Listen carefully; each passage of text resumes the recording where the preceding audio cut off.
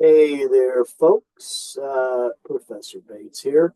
So I wanted to spend just a minute talking about the drama section because we're basically going right into it um, from short stories right into our final element, which is drama.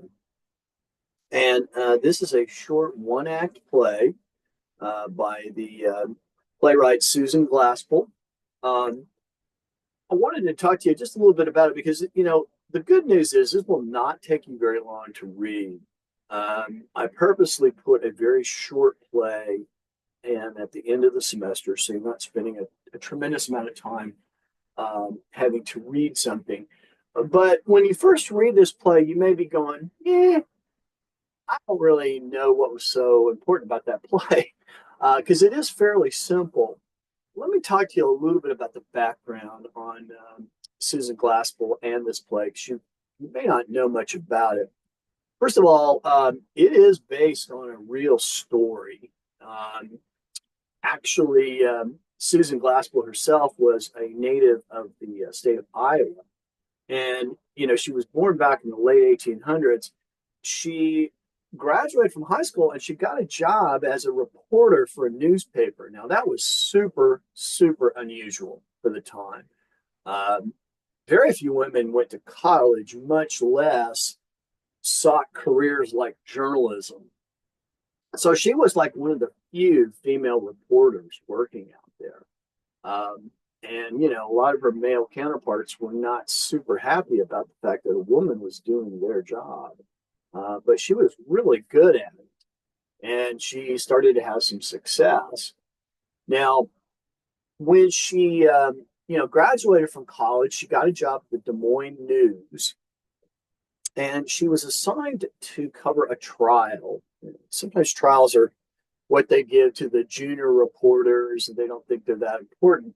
This turned out to be a really sensational trial. It occurred in 1900, and there was a woman by the name of Margaret Hossick, and she was a farmer's wife, and she was accused of murdering her husband while he was asleep. Now, this was a really interesting trial, and it made the newspapers. And actually, Susan used it to write a play about it.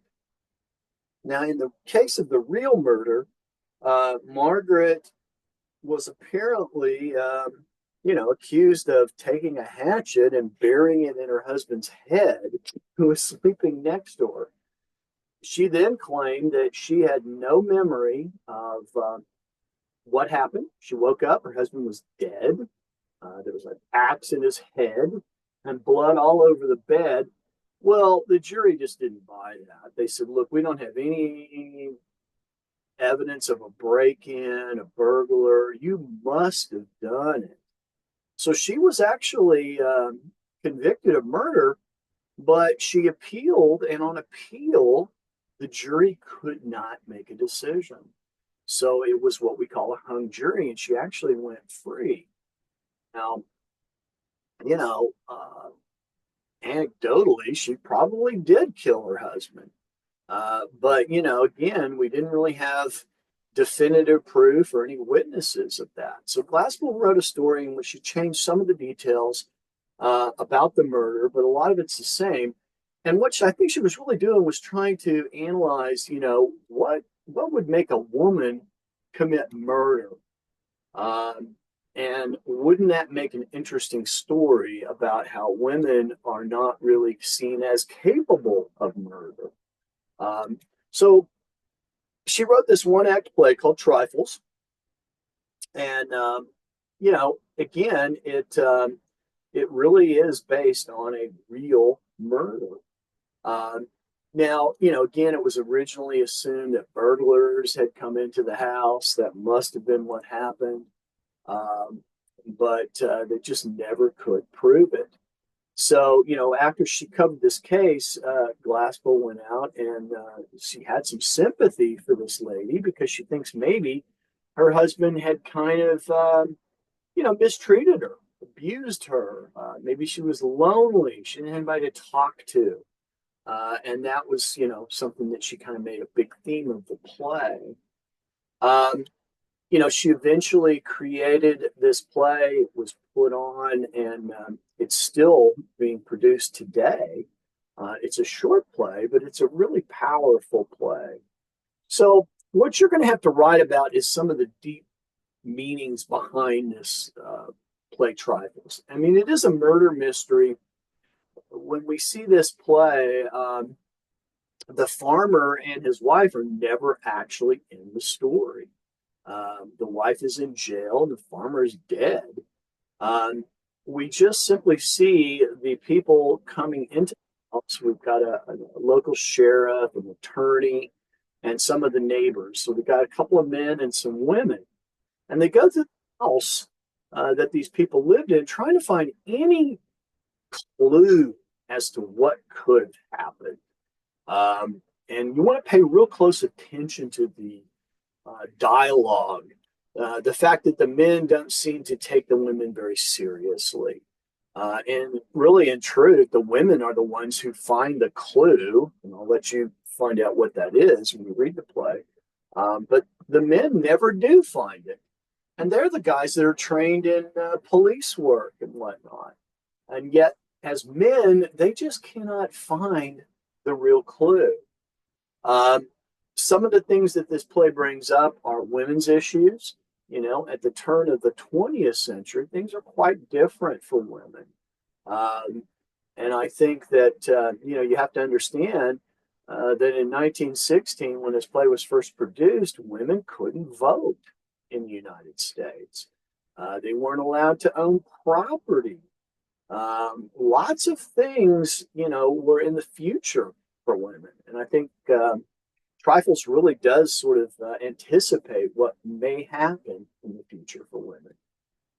Let's face it, there is a difference between men and women. And as much as we try to make everybody seem 100% equal in this world, um, there are differences between men and women. We have different roles, even today. Men are physically more powerful than women in most cases, which has led to sort of a patriarchal society for most of our human history, in which men run the show. Um, but when this play was written, that was starting to change. And we were starting to understand that, there are things that women do well, um, maybe better in some cases than men.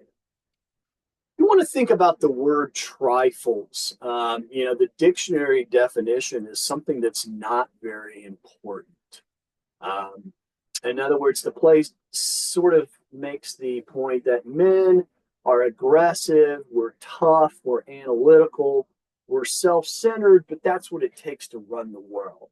Um, in contrast, women are, intuitive and maybe too sensitive, and they just can't really handle some of these big issues. Well, I think this play kind of points out that that's just not true.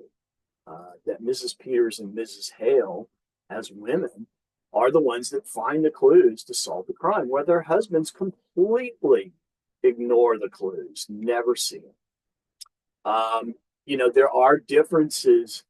Uh, Certainly, at this time that the play was written, they were a lot more, apparent. But even today, we see it. This idea that men, stomp through the door of the house first and they go to the stove because they're cold. And women are just tougher than the men in some ways. They dismiss the women as worrying about trifles, such as the fact that the kitchen's not clean, and they're concerned about her preserves, which have broken in the cold. Um, but that type of observation allows the women to find things that the men can't find. So even though the men are fairly egotistical and dismissive of the women, they don't really understand what's going on. Um, the men, talk about, oh, this woman was a bad housekeeper, so she must have been a bad person. Well, that's not fair. She got, carried off to jail. She didn't have time to clean the house. Um, Men tend to be pretty messy around the house. And the women, the wives, are usually the ones that have to clean it up. Well, these are things that we didn't talk about a whole lot at the turn of the 20th century. Now, the structure of this play is simply a one act, so we don't really have any multiple locations to deal with. It all takes place in an empty house. Um, so it's a fairly simple play in that sense, but it does have a lot of powerful characters and plot twists, even though it's short. Um, One act plays are tough to write. I mean, you've got to really pack a lot of information into a very short time. And what you're going to be looking for, is kind of why the women are able to solve the crime when the men can't. Why are the men so dismissive of the women, and yet they have talents that the men don't have? Those kinds of things. Here's a couple of still photos from the play. This is the finding of the jars of jelly that's been broken, maybe representing the broken heart of the woman who has to kill her husband, finds it necessary to do that. You'll find a bird is a very important clue in this play, so make sure you pay real attention to that. The rocking chair, in which the wife was simply rocking back and forth in kind of a catatonic state, having killed her husband and not really remembering, trying to act normal in a situation that's anything but normal. Again, the older ladies who empathize with this woman and how lonely it can be to live on a farm, even if you do have a man that you're married to, you can become very distant from your partner. And maybe that makes the loneliness even more intense. They're very sympathetic to that as farmers' wives themselves. They kind of know how that works. And then here's kind of a last picture of, again, the simple props, a farmhouse, some little details, and yet the men, for all their confidence, are just not really looking for the right things. They just don't seem to understand the female mind very well. So I think that's something you want to look at too. Anyway, I hope that helps a little bit. As soon as you get that short story essay turned in, you're going to want to read Trifles and get going on this last essay. And I wish you good luck with it. And I will talk to you later.